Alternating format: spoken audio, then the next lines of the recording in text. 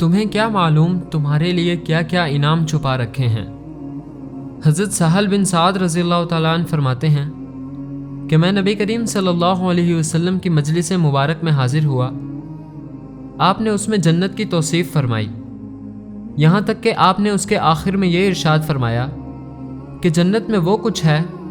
جس کو کسی آنکھ نے نہیں دیکھا اور کسی کان نے نہیں سنا اور نہ کسی انسان کے دل میں اس کا خیال گزرا۔ پھر آپ نے سورہ سجدہ کی آیت نمبر 16-17 تلاوت فرمائی،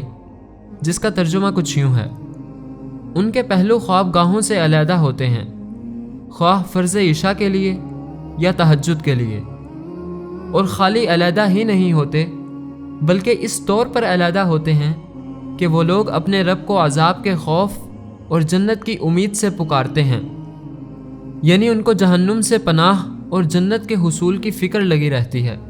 اور ہماری دی ہوئی چیزوں میں سے خرچ کرتے ہیں۔ سو کسی شخص کو خبر نہیں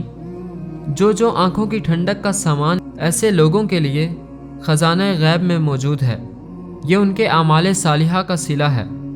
اس آیت میں مسلمانوں کو اعمال صالحہ کے ساتھ جنت کے حصول کی ترغیب فرمائی ہے، خصوصاً رات کو اللہ تعالیٰ کی عبادت کرنے کی ایسی بڑی جزا بیان فرمائی ہے کہ اس کی وجہ سے اللہ تعالیٰ تہجد گزاروں اور رات کے وقت اللہ تعالیٰ کے لیے عبادت اور ذکر الہی میں جاگنے والوں کے لیے جنت کے یہ بڑے بڑے انعامات ہیں۔ جیسا کہ حدیث میں فرمایا ہے کہ اللہ تعالیٰ فرماتے ہیں، میں نے اپنے نیک بندوں کے لیے وہ کچھ تیار کر رکھا ہے جو کسی آنکھ نے نہیں دیکھا، کسی کان نے نہیں سنا اور کسی انسان کے دل میں اس کا خیال تک نہیں گزرا۔ حضرت ابو ہریرہ رضی اللہ تعالیٰ عنہ فرماتے ہیں، اگر چاہو تو یہ آیت پڑھ لو۔ ترجمہ: